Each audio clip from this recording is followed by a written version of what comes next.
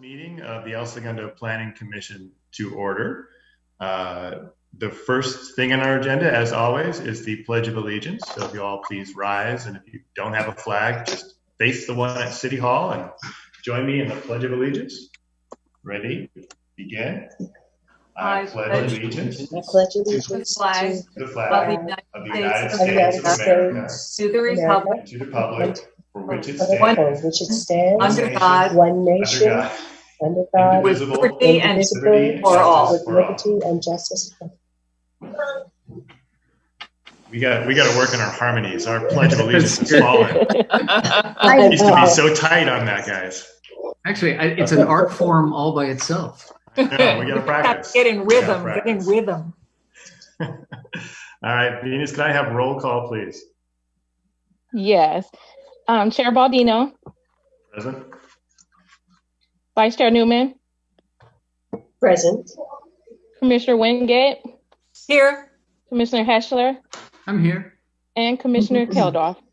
Here. Thank you, Venus.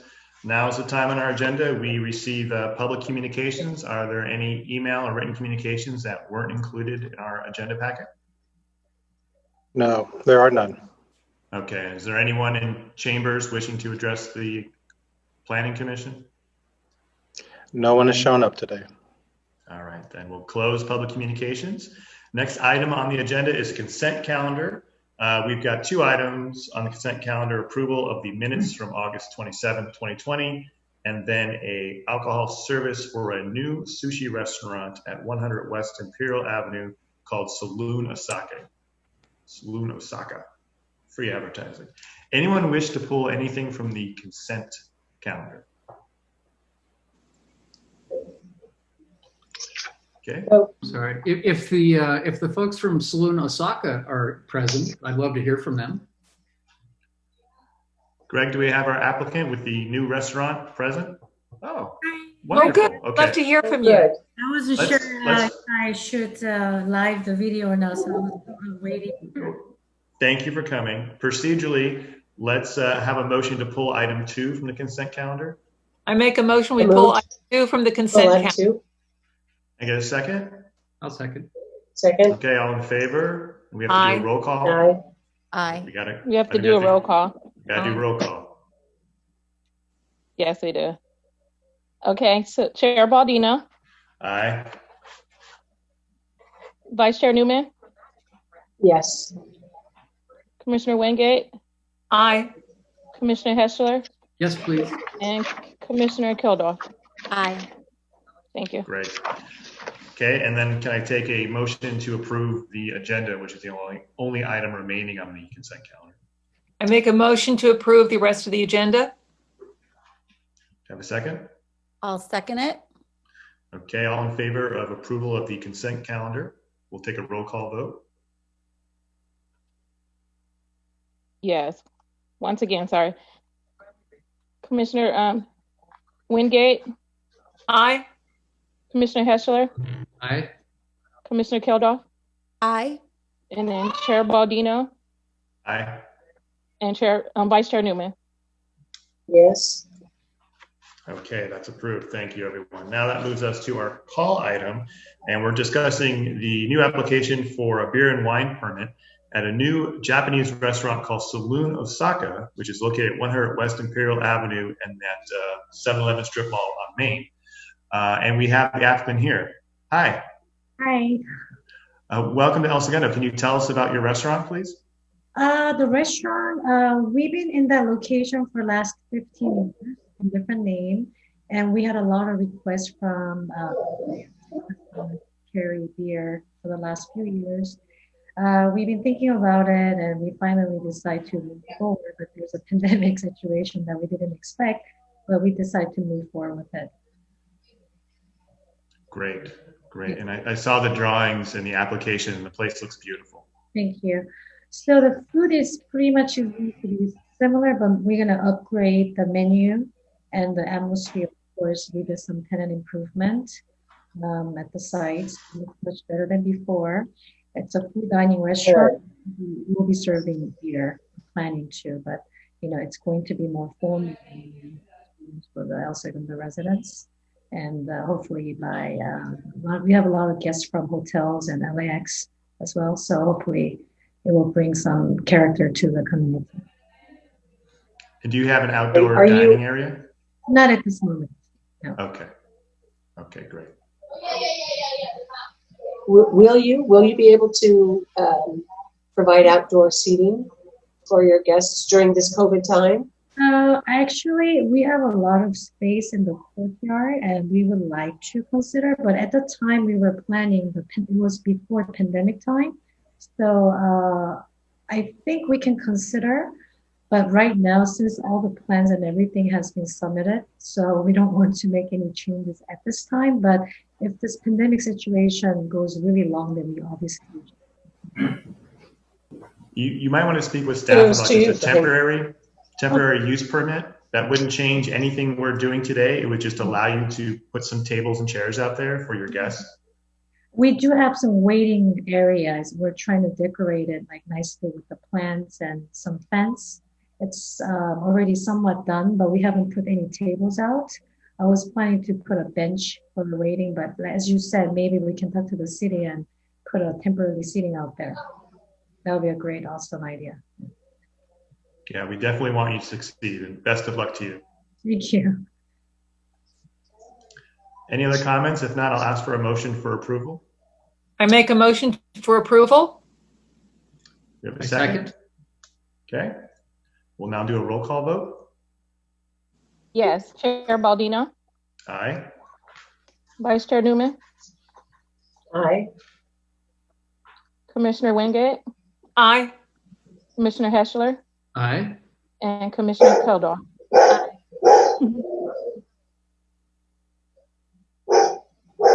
Was that an aye? Sorry, Commissioner that was Goodman? an aye. Yeah. Was Okay. that okay, thank you. Couldn't tell from our friend. All right, it passes. Thank you so much. Thank you so much for everyone's help, and please visit us in a few months. Good luck. Good luck. to you. May Okay, I? next. Yes, you can leave. Okay, thank you. Unless you want to hear about cell phone towers. Thank you for joining us. Okay, written communications. There are no additional written communications. We went over that. That brings us to agenda item H, new business. The first item, agenda H3, is a zone text amendment to amend chapter 15.1, 15.4 of Title 15 El Segundo Municipal Code regarding definitions of site development standards. And I believe the staff recommendation is to continue this to September 24th regular commission meeting. Is that correct? That is correct. Okay. Anyone care to make a motion or have any comments about this item? I'll make a motion. Motion to continue. Can I have a second? I'll second. A second. Okay. And we'll have a vote, roll call vote, please. Okay, can I have Chair Baldino, Aye. Vice Chair Newman, Yes. Commissioner Wingate, Aye. Commissioner Heschler, Aye. and Commissioner Keldorf. Aye. Thank you. Motion passes. This item will be continued to our next planning commission, September 24th, 2020. Okay, our next two agenda items are for conditional use permits for new wireless communication facilities. One's located at 324 West El Segundo Boulevard. And where's the other one at? 324. 324. Same address. Yeah, that's weird. Okay, do we have a staff report, please? Yes. Hi, I'm going to give just an oral staff report because these are both in the middle of the Chevron refinery. They're just two cell phone towers, one 45 feet high and one 65 feet high. Neither of them are going to be visible to the public. They're not going to be disguised because it's not going to be necessary to disguise them. And they're both going to be just towers with antennas on them and equipment at the base. So I didn't make a presentation because there's really nothing to see.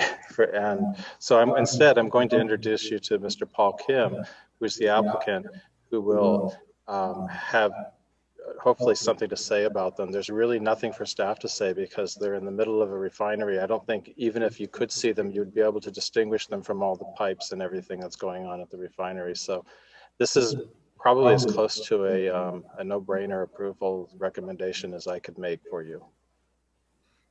Thank you, Greg. And I will note that the information in our packets did have a lot of photographs of the site, so we could see how it's hidden to the extent you want to hide something in the middle of the Chevron refinery. Yeah, and the only reason I'm not showing those photos on the screen is because those were taken from inside the refinery, and so they're not even reflective of what the community would see. Good point. All right, Mr. Kim, do you have anything else to add?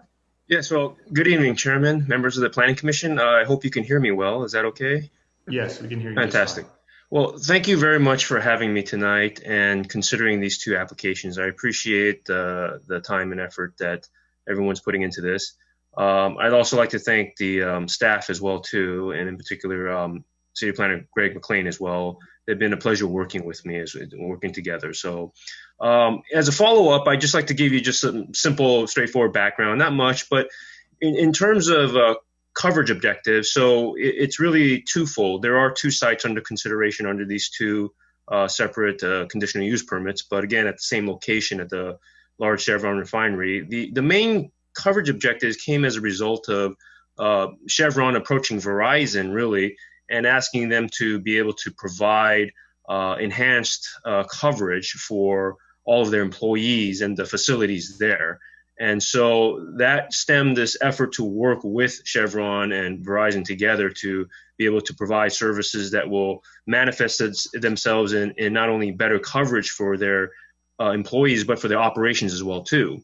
And as a result, they'll go into an agreement where they've located two sites. And during the time, in terms of background, as Greg mentioned, they were very particular about siting these two poles in a way that would have minimal impact on the public in terms of visual impacts. And as you can see, the first pole is a 45-foot pole, and that one's at least 400 feet away from south of El Segundo Boulevard, and therefore we won't be able to see it visually from the streets. And the other one is located actually almost deeper in and almost about 2,000 feet away from El Segundo Boulevard. So given the proximity to, or rather not being close to the public right-of-way, we decided to go with a standard design for a monopole. And that's essentially the background in terms of the coverage objectives. And what we'll find is that ultimately, I believe Verizon will work with Chevron to facilitate high data transfer speeds as well, too, so that it can make their operations run a little more smoothly in terms of data as well, too. I've read the staff report and the conditions of approval and concur with all of its findings, and I have no objections or issues with them. And so with that said, I'd appreciate it if the commission could look at the application under consideration, and appreciated approval. And I'm open for any questions. Thank you, Mr. Kim. Any questions for Mr. Kim? Yeah, I've got a couple.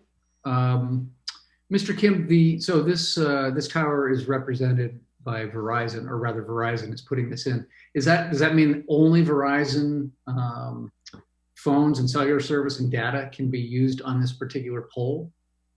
Yeah, it's a curious thing. Yes, to answer the question, in fact, we feel that there will be a little bit of a spillover effect where Verizon customers who live in and around or pass through the area will also benefit from it. But for the time being, it is a Verizon pole.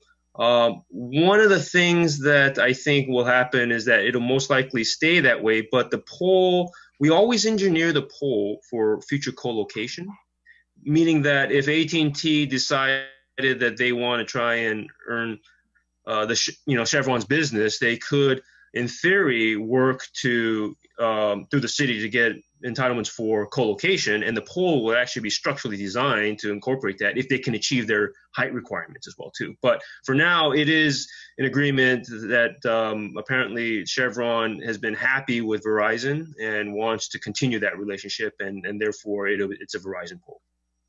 Gotcha. So yeah, I guess you answered my question. If somebody's on AT&T, then they got to find a pole elsewhere. Right. Right. And maybe this is a question for staff, but if AT&T comes in and says, hey, you know what, we want our own pole, does this process continually happen? And it's probably more of a concern in a residential neighborhood than it is on the Chevron plant. But just curious if how this typically works with multiple poles and multiple providers.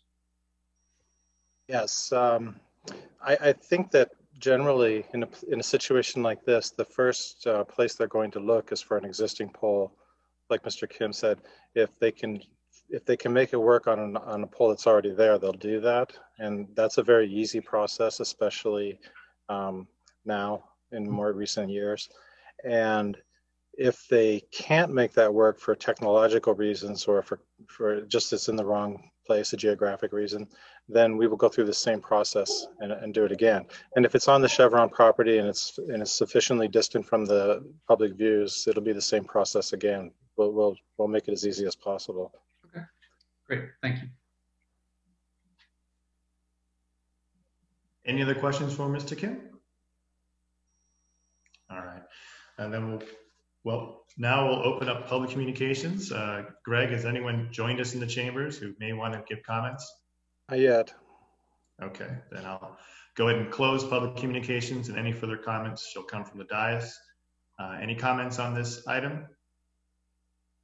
All right, if not, then I'll accept the motion. And the motion should be specifically to approve both agenda item 4 and 5 relating to the wireless towers at the Chevron facility. I make a motion, we approve items 4 and 5. That is resolution number 2885 and resolution 2886, approving EA-1286 and CUP 20-02. We have a motion. Do we have a second? I'll second it. I'll second. Can I make a suggestion that we correct the motion a little bit? There are 2 EA numbers here, and there are 2 CUP numbers. Yes. Yep. All right. What's So the CUP EA, for the first for number 4, the EA is EA-1285. And the resolution was 2885, and it was 2886 already has the EA and the CUP. I don't see the CUP number for number 4 on the agenda. They're sequential. 20-01. Yeah, it's 20-01. Oh, here it is. 20-01 Yeah, for 20-01. Thank you. Mm-hmm. Okay, can I get a second on the amended motion? That's clear. I'll second it. Second. Great, and we have a roll call vote, please. Yes, we do. Chair Baldino, Aye. Vice Chair Newman, Aye. Commissioner Wingate, Aye. Commissioner Heschler, Aye. and Commissioner Keldorf. Aye. All right, they've been passed. Thank you for the staff report, and thank you for joining us, Mr. Kim. Commissioners, thank you for your time and your consideration, and I appreciate it, and I hope everyone stays healthy. Same to you. Take care. All right, our next item on the agenda is continued business, and we have a termination of precise plan number 8701 for environmental assessment number EA-1280 and precise plan amendment number PA 2001. This is relating to 2361 through 2381 East Rosecrans Avenue, and the staff recommended action is to continue this as well to September 24th, 2020. Does anyone have any questions? If not, I'll accept a motion. I make a motion, we continue item number 6. It is termination of precise plan number 87-01 for environmental assessment number EA-1280 and precise plan amendment number PPA number 2010. We have a second? I'll second the motion. Second. Thank you. And can we have a roll call vote, please?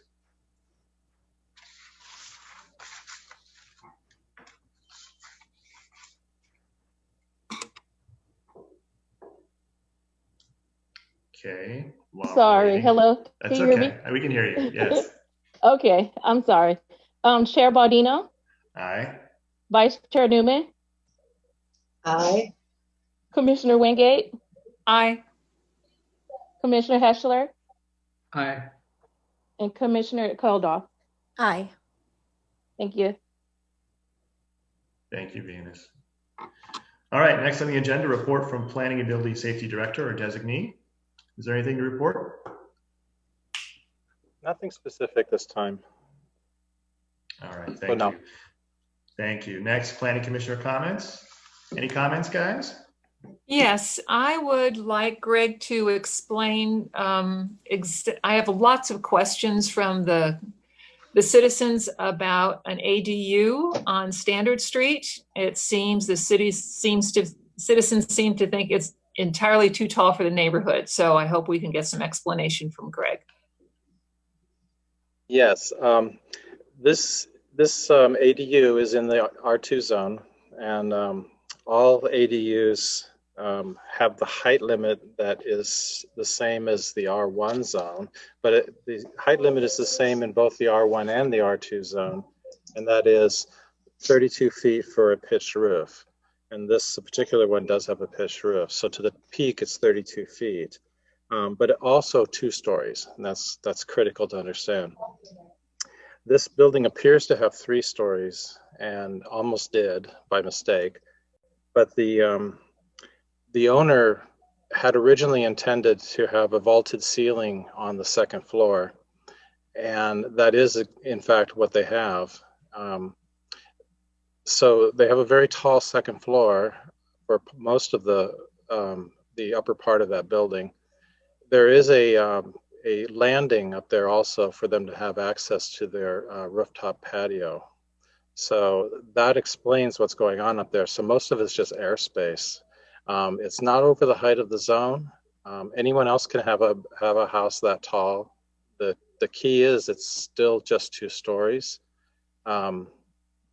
Usually in these cases, we would see the 1st floor being the taller one, and then the 2nd floor being smaller. But in this one, for whatever reason, they wanted the bedroom to be the tall one, and so it's tall on the 2nd floor and normal size on the 1st floor.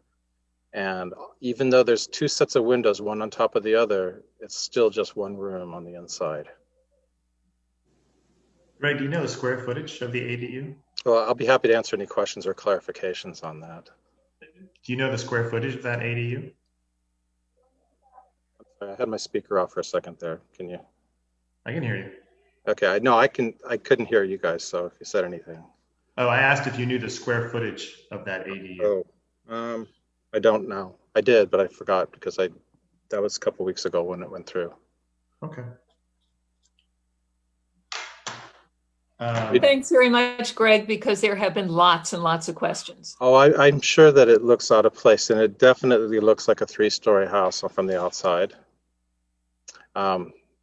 There's nothing that says you can't have, 2 sets of windows, one above the other, to give that illusion of 3 stories. But technically, there's no place to stand on that top set, that top area. It's just air.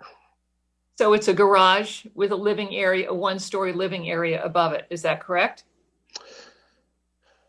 I believe that's the case, yes. I don't remember what's on the ground floor. I was concentrating mostly on the upper floor. Yeah. Yeah. Yeah, just a very tall 2nd floor then, yeah. Mm-hmm. Thank you. This way I can refer people to this recording, this wonderful session, and they can get it from the horse's mouth. Yeah, and anyone can feel free to contact me. The best way is to reach out to us through the webpage, and my email is gmcclain, so GMCCLAIN @elsegundo.org if they have any specific questions about anything going on in planning and zoning in the city. Thank you, Greg. That's a nice offer. While we're talking about ADUs, can we, and this is in no hurry by any means if you have other projects, I'd like to get another update on just the number of ADUs permits, the size of the ADUs, just so we can kind of keep track of how many of these are going in our neighborhood. I think we've had a couple of those before about how many permits have been pulled, how many have been built. Okay. All right, any other comments? Everybody stay healthy. Well, it's nice to see everyone, if only by Zoom. And that'll bring us to adjournment. Our next scheduled meeting will be September 24th, 2020 at 5:30. Thank you, everyone. We are adjourned. Thank you. Guys. Bye. Thank you, Ryan. Great to see everybody. Bye.